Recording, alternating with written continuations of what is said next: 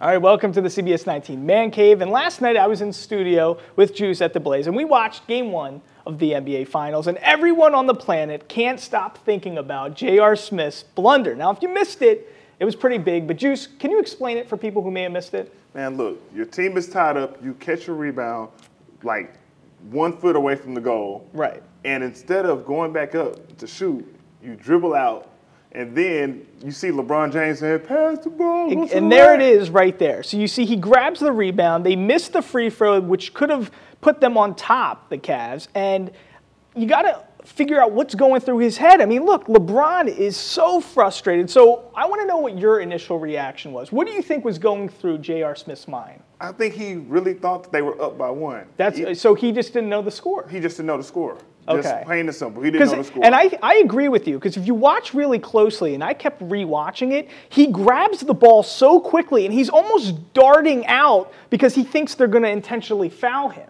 you know, because they're up 1, and he thinks the Warriors want to get the ball back.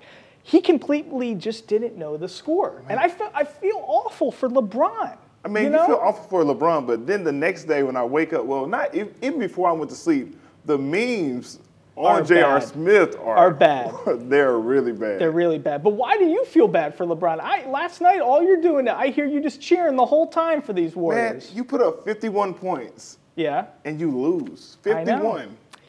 Is he the GOAT? That's the question. You know, Jordan and LeBron, I hate the comparison because Jordan's a 2, LeBron's a 3. So when people have these conversations, I always get upset. But the thing is, if you had one player that you could choose to start a team with, it has to be LeBron. It has to be LeBron, but when you're talking about the greatest of all times, people only consider your wins. They don't care that you went to the NBA Finals 9 times in a row. Look who he's playing with. He's playing with the guy who doesn't know the score.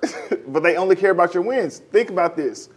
15 years down the line, when they look back, they're going to say, LeBron James, 3 championships. They're not going to say LeBron James went to the finals 9 times. Think about who Jordan had to do it with. Jordan had Phil Jackson, #1. He had Scottie Pippen. He had Dennis Rodman, Steve Kerr, Ron Harper. All these guys were legitimate players. LeBron's doing this. LeBron's doing this with nobody. It's about the wins. It's not about the stats. It's about the wins.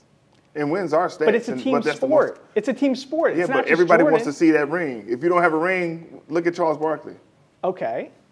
But he's still a Hall of Famer. He's a Hall of Famer. You could be a Hall of Famer all day, but what's fun being a Hall of Famer and having no ring? It's a team sport. Listen, if LeBron, it's only Game 1, okay? Game 2 is Sunday. If LeBron wins this series, there's not even a conversation anymore. He's the best player of all time, right? I can't agree with that. Wow.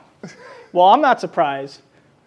Producer Libby's with Juice. I'm not surprised, though. There's always disagreement between DJ Juice and me. But we're going to have to agree to disagree, like always. Well, thank you, Juice. And make sure to catch Juice on the Blaze, 102.7, 106.9.